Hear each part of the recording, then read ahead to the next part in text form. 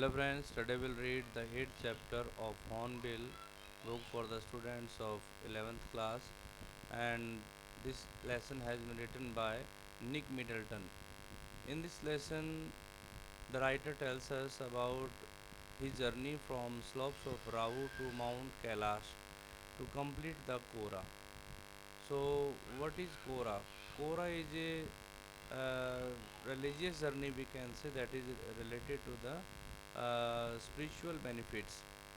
And the writer, the narrator decides to go there to Mount Kailash to complete the Kora, and Lamo for bids him for farewell and gave him a long sleeve sheepskin coat. So these are the people who are living over there, and Lamo uh, gives him a sheepskin coat because she thinks that there is too much cold, and the narrator must protect himself from that cold, and that's why he must need that sheepskin coat. And the narrator hired a Satan's car for his journey and took Daniel along to escort him to Darchen. And in this way, the narrator starts his journey with a group of only two persons with him, and he started his journey. Okay, and now what problems he faced during his journey will come to know after reading this. Okay. So first of all, I would like to give you a small brief summary of this. The narrator actually was planning to go to Mount Kailash to complete the Kora, and for this very purpose, he hired Teston to drive him up to Mount Kailash as a farewell gift, and he was helped by Lam also. He was given warm outfits that was made from sheepskin, and he also took Daniel as his companion till Darjen. And when they started the journey, then Teston took a shortcut to the southwest, which was a direct route to Mount Kailash. They had to cross high mountain passes to reach their destination. Teston assured him that it would be no problem if there would be no snow, and they crossed few gazelles. Gazelles means a kind of deer, a herd of wild asses, and shepherds who were tending the flocks. And in this way, they reached in the area where nomads were living in their tents. Okay, now we'll read in detail about this, that what problems the narrator faced, what happens to him, and what was his experience during his journey to Mount Kailash. Okay, so first of all, we look at the Silk Road expedition. This is the red dotted line you can see. This is Silk Road. This used to be a Silk Road in the past, and this Silk Road combines east to the west, east to the west, and this route was used by tradespeople during at that time for the trade of silk, for the trade of silk. And you can see this path that combines that passes through Islamabad, Pakistan, and in that way it goes to the west, and it starts from the China, uh, and from the border of Tibetan and China. Okay, so let's start the chapter. A flawless half moon floated in a perfect blue sky in the morning. We said our goodbyes. Extended banks of cloud like long French loaves glowed pink as the sun emerged to splash the distant mountain tops with a rose tinted blush. A flawless. What is flawless? Flawless means there is no mistake, there is no error. So half moon वहाँ पर था, and the moon was perfect. Mean to say there was no error, there was no stain, there was no cloud covering the moon uh, at that time. And that moon was floating in the perfect blue sky in the morning. Sometimes happens, you know, in the morning time when we wake up, then we find the moon over there in the sky. It happens sometimes. We said our goodbyes. At that time the narrator started his journey, and he bade goodbye to his companions, to his friends. Extended banks of cloud like long French laws glowed pink as the sun emerged to splash. And at that time, the sun was coming up from the east direction, and due to the sunlight, that was the beginning of beginning of the day. That was dawn time, and the clouds were looking like French loaves, because the clouds became pink due to sunlight, sun rays, we can say, due to sun rays, and that looked like French loaves. अब French loaves क्या होते हैं? ये एक प्रकार की ये bread होती है जो कि लॉन्ग पीस में सिंगल पीस है, और इसको खाने से पहले काटा जाता है स्लाइसिस में, ठीक है। लेकिन जो ब्रेड हम मार्केट से परचेज करते हैं वो ऑलरेडी स्लाइस्ड है, लेकिन ये जो फ्रेंच लोव्स हैं इनको बाद में स्लाइस करना पड़ता है, ठीक है। और ये जो emerge to splash the distant mountain tops with rose tinted blush, और बिकॉज ऑफ द सनरेज, वहाँ पर जो माउंटेन टॉप्स थी, जो माउंटेन्स की जो चोटियाँ थी, उनके ऊपर रोज टिंटेड ब्लश, ऐसा गुलाबी रंग जो है उनके ऊपर छाया हुआ था वहाँ पर। इस तरीके से यहाँ जो राइटर हैं, जो नरेटर हैं, वो हमें उस दिन की शुरुआत के बारे में बताते हैं कि इस तरीके से दिन की शुरुआत होती है। वहाँ पर हाफ मून था, that was floating in the sky, और जो सन रेज जो थी, जिसकी पिंकिश जो रेज थी, जो सन रेज के कारण जो थी, वो माउंटेन्स की जो टॉप थी, जो चोटी थी, वो एक तरीके से बिल्कुल चमक रही थी पिंकिश कलर में। Now that we were living row, at that time the narrator started their journey from Rao. Lemo said she wanted to give me a farewell present. अब जो इसमें कैरेक्टर है लेमो, उसने कहा कि वो उसे एक फेयरवेल प्रेजेंट के रूप में, एक विदाई के गिफ्ट के रूप में एक उसे उपहार देना चाहती है। One evening I had told her through Daniel that I was heading towards Mount Kailash to complete the kora, and she had said that I ought to get some warmer clothes. एक वन इवनिंग को जो narrator है उसने Daniel के through एक message दिया था, लेमो को जिक्र किया था कि भाई वो माउंट कैलाश जा रहे हैं अपने कोरा को कंप्लीट करने के लिए। कोरा क्या है? कोरा एक रिलीजियस जर्नी है, जैसे हम भी किसी धाम पे जाते हैं, तीर्थ पे जाते हैं, पिलग्रिम्स के पे ऊपर जाते हैं, तो that is just like kora in Tibetan language. And she had said, और उसने कहा था कि उन्हें नरेटर को गर्म कपड़े लेने चाहिए। After ducking back into her tent she emerged carrying one of the long sleeved sheepskin coats that all the men wore, and Teston sized me up as we were clambered into his car. Ah yes, he declared, Drukaba sir।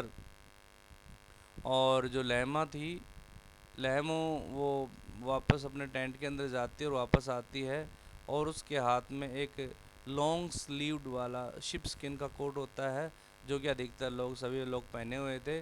और टेस्टन ने जो है मुझे size में up का मतलब बिल्कुल ध्यान से देखना, अटेंटिवली देखना। टेस्टन ने क्या किया, नरेटर को बड़े ध्यान से देखा जब अपनी कार के अंदर एंटर कर रहा था, और उसने डिक्लेयर किया, उसने ज़ोर से कहा कि ड्रोकावा सर। ड्रोकवा क्या होता है? ड्रोकवा होता है कि उनकी लैंग्वेज में शेपर्ड को कहते हैं, ग्वाले को जो गडरिया होता है उसको ड्रोकावा कहते हैं। तो उसने कहा कि ड्रोकवा sir. So we can see this is Mount Kailash, and people are going over there, and this particular region is known as Mount Kailash. We took a shortcut to go off the Chentang. Go get off the Chentang Chentang से निकलने के लिए उन्होंने shortcut को अपनाया. Test new a route that would take us south west almost directly towards Mount Kailash. It involved crossing several fairly high mountain passes, he said, but no problem, sir. He assured us. If there is no snow, what was the likelihood of that? I asked, not knowing, sir, until we get there. अब जो टेस्टन था उसको एक root पता था south west में जो directly mount Kailash की तरफ जाता था, और इसमें ऊंची ऊंची पहाड़ियाँ थी, लेकिन उसने कहा कि इसमें कोई प्रॉब्लम नहीं है, और इस बात को अश्योर किया कि अगर वहाँ पर कोई स्नो नहीं हुई तो कोई दिक्कत नहीं है. और उसने जब नरेटर ने पूछा कि क्या इसकी कोई संभावना है, पॉसिबिलिटी है, तो उसने टेस्टर ने कहा कि नहीं सर, अब हमें नहीं पता, जब तक हम वहाँ नहीं जाते तब तक हमें कुछ भी पता नहीं है. तो ये मीनिंग्स हैं. लव्स देखो ब्रेड हैं, bread shaped. Kora meditation performed by Buddhist believers. Ducking back, going inside and then coming out. Size me up to look someone attentively. Clambered, move और climb in an awkward way. Drukba होता है shepherd, ड्रुकबा. तो देखिए, from the gently rolling hills of Rao, the shortcut took us across vast open plains with nothing in them except a few gazelles that would look up from nibbling the arid pastures and frown before bounding away into the void. So when the narrator started the journey, and वो राऊ की जो rolling hills थी वहाँ से अपनी journey को start किया, तो और उन्होंने शॉर्टकट लिया था. उस शॉर्टकट की वजह से वो सीधे वास्ट माने होता है बड़े बड़े लार्ज जो ओपन प्लेन्स थे, खुले मैदान थे, उसमें आ जाते हैं. और वहाँ पर उनको कुछ नज़र नहीं आता, सिर्फ कुछ गज़ल्स थे. Gazelles is a kind of animal that looks like a deer. हिरण जैसा ही एक होता है, और ये बिल्कुल वेजिटेरियन है. और ये क्या कर रहा था, एक अपनी पत्तियों को, वो जो एरिड का मतलब होता है ड्राई, ड्राई जो पास्चर थे वहाँ पर, जो आ, वहाँ पर जो ज़मीन थी जहाँ पर ये उगे हुए थे वनस्पति, ठीक है, तो वहाँ पर ये पत्तियाँ खा रहे थे. निबलिंग, वहाँ पर चर रहे थे, कोमल पत्तियाँ चबा रहे थे. निबलिंग का मतलब होता है उनको छोटे छोटे बाइट्स लेना. And frown before bounding away, और वो कहता है कि घूर कर देखते हैं नरेटर को और उसके साथ में टेस्टन उसको, उससे दूर जाने से पहले, यानी कि पहले देखते हैं और फिर भाग जाते हैं. वोइड का मतलब खाली जगह है जहाँ पर वो छुप सकें. Further on where the plains became more stony then, इसके बाद जो रास्ता था, जो पाथ था, वो और ज़्यादा पथरीला हो गया. ये देख सकते हैं, ये कोरा कर रहे हैं लोग, ये इस तरीके से कोरा एक तरीके से मान के चलते हैं कि परिक्रमा, जैसे अपने हिंदू धर्म में परिक्रमा करते हैं अपने मंदिर में जा कर के, तो इस तरीके से ये जो बुद्धिस्ट पीपल हैं, they also go around the temple and that is known as kora. Grassy, a great herd of wild ass came into view, और जो रोड था वो पथरीला हो गया था, थोड़ी बहुत घास भी उग रही थी. और वहाँ पर जो उन्होंने वाइल्ड एस को देखा, जंगली गधे देखे. टेस्टन told us we were approaching them long before they appeared. Kyang, he said, pointing towards a far off pall of dust. तो जो टेस्टन था, he was very much aware of that region, that area, and that's why जब उन्होंने उस particular क्षेत्र में आए, उससे बहुत पहले उसने एक इशारा करके बता दिया था, जहाँ पर एक धूल मिट्टी उड़ रही थी, वहाँ पर बताया कि देखो वहाँ पर सर क्यांग है. और क्यांग किसको कहा गया है, क्यांग इसने वाइल्ड एस को कहा गया है, जंगली गधे को. When we drove near I could see the herd galloping and mass wheeling and turning in tight formation as if they were practising manners on some predetermined course. और तो नरेटर जब पास गए, तब उन्होंने देखा कि जो उनकी गाड़ी उनके पास जाती है, उस हर्ड के, उस झुंड के पास में, तो देखा कि जो जंगली गधे थे, ये देख सकते हैं आप, वो एक तरीके से गैलपिंग कर रहे थे, चौकड़ी भर रहे थे, और इधर उधर घूम रहे थे, जैसे कि ऐसा लग रहा था वो प्रैक्टिस कर रहे थे कुछ प्रीडिटरमाइंड कोर्स के ऊपर, यानी कि पहले से डिसाइड तरीके से वो अपना प्रैक्टिस कर रहे थे।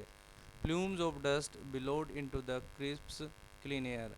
प्लूम्स होता है एक तरीके से बादल, मान लो क्लाउड, और धूल के जो बादल थे वो वहाँ पर उस साफ हवा के अंदर उठ रहे थे, just because of the hooves of those animals, wild animals.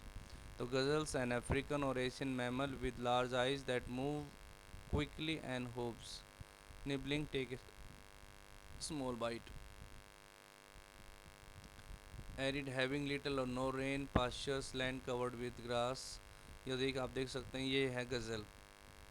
ठीक है, ये गज़ल हैं, बड़ी बड़ी आँखें हैं, ठीक है, लंबे कान हैं इसके, इस तरीके से होते हैं, गज़ल है।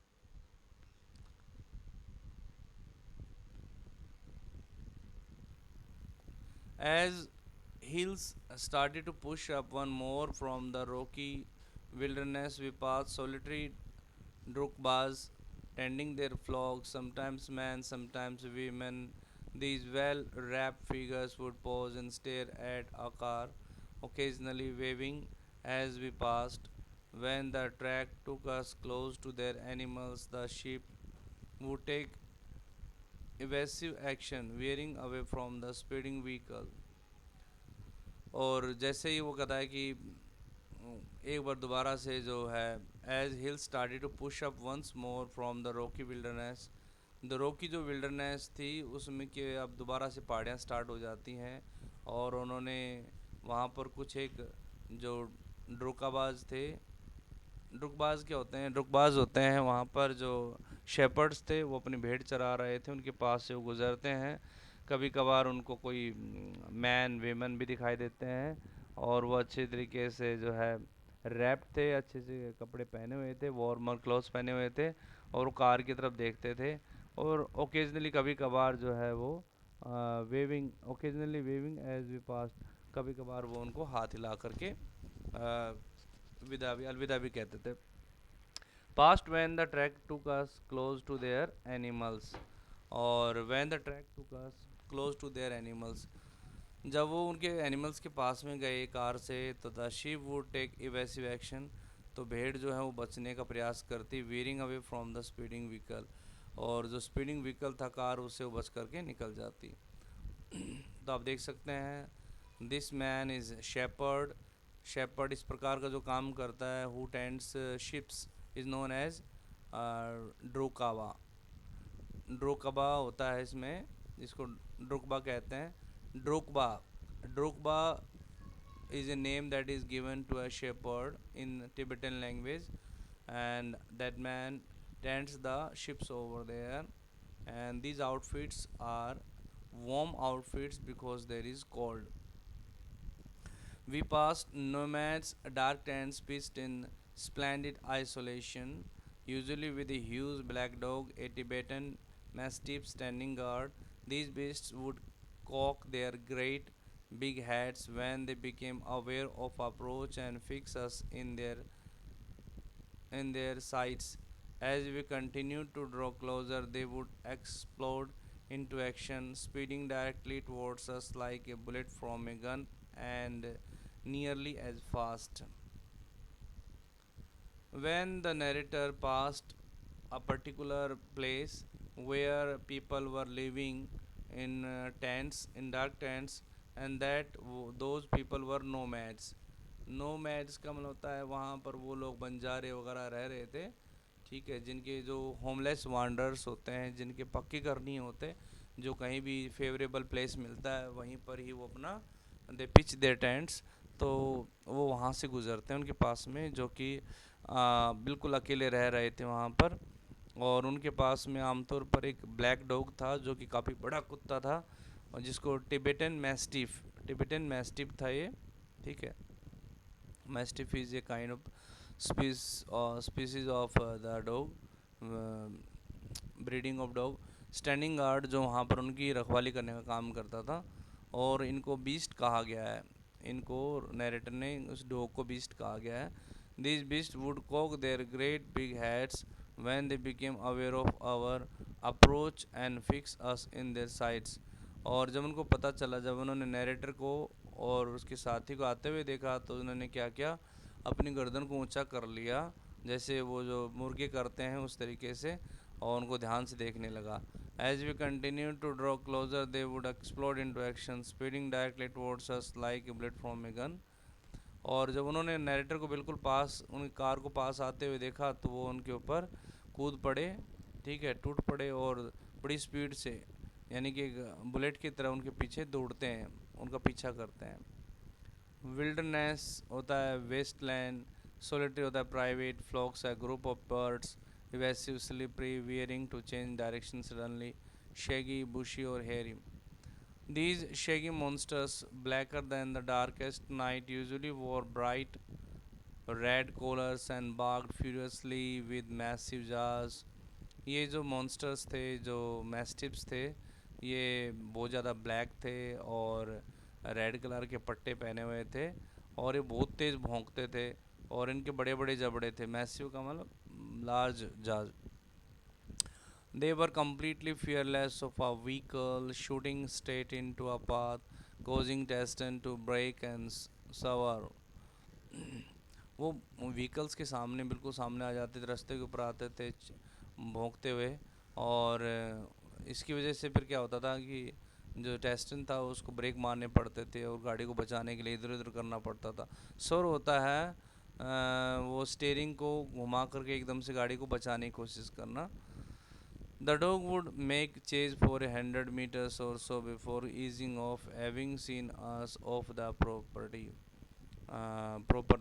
जब उन्होंने देखता, जो डॉग्स थे वो कई में 100 मीटर्स तक उनके पीछे पीछे जाते थे, और फिर जब उनको पता चलता है कि काफ़ी दूर चले गए, तब वो जा कर के वहाँ से उनके रास्ते को छोड़ते थे। आप देख सकते हैं ये है मैस्टिफ, और इनके जो जा हैं देखो कितने वाई, यहाँ से बड़े जबड़े हैं इनके, ये दीज आर वेरी, ये तो बड़ा सुस्त लग रहा है वैसे, लेकिन ये बड़े जो क्रोधित होते हैं, एग्रेसिव होते हैं, तो बहुत ज़्यादा गुस्सैल होता है। It wasn't difficult to understand why ferocious Tibetan Mastiff became popular in China's imperial courts, imperial courts as hunting dogs, brought along the Silk Road in ancient times as tribute from Tibet. ये समझना बिल्कुल कठिन नहीं था कि क्यों ये जो फेरोसियस हैं, जो वॉयलेंट हैं, जो एग्रेसिव जो टिबेटन मैस्टिफ हैं, ये चाइना की इम्पेरियल रॉयल कोर्ट्स के अंदर एज हंटिंग डॉग्स के रूप में इनको क्यों पॉपुलर थे।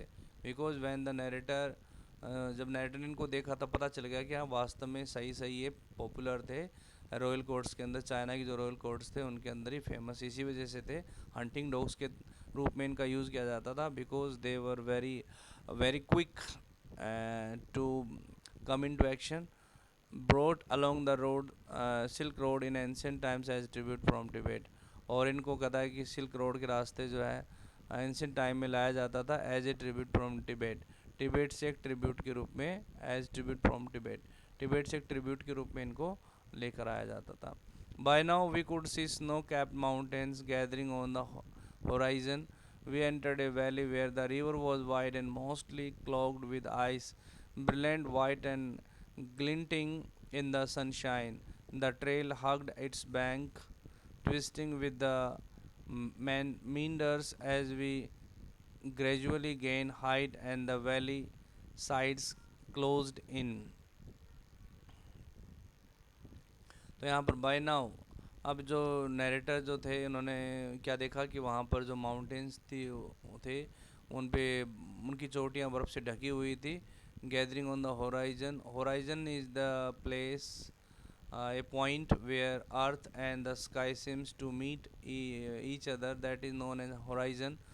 और उन्होंने एक वैली को पार किया जहाँ पर एक जो नदी थी काफ़ी वाइड थी और मोस्टली बर्फ़ से जमी हुई थी। क्लाउड का मन होता है that was littered with ice, और काफ़ी ब्रिलियंट चमकदार थी, वाइट एंड सनशाइन के कारण काफ़ी चमक रही थी वो, ग्लिंटिंग मानी चमकना। और the trail hugged its bank twisting with the meanders, और ट्रेल का मतलब रास्ता, जो रास्ता था वो इसके बैंक के साथ साथ था, गोल गोल घूमता हुआ, और वाइंडिंग पाथ था वो। Gradually gain height and the valley sides closed in, और कहता है कि वो रास्ता जो था उसके साथ गोल गोल घूमते हुए वो हाइट पे पहुंच जाते हैं, and the valley sides closed in, और जो वैली की जो साइड थी वो फिर बंद हो जाती उधर से, यानी कि बिल्कुल वैली दूसरी तरफ वो देख नहीं सकते थे, ऐसा हो गया था। ठीक है, तो आज हम इतना ही करेंगे, बाकी हम नेक्स्ट वीडियो में कवर करेंगे।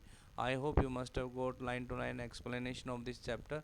If you face any problem then please let me know through WhatsApp platform, or you can call me up. Thank you. Have a nice day. And if you are a newcomer on my YouTube channel, then please subscribe my channel and share the videos with your friends. Thank you. Have a nice day.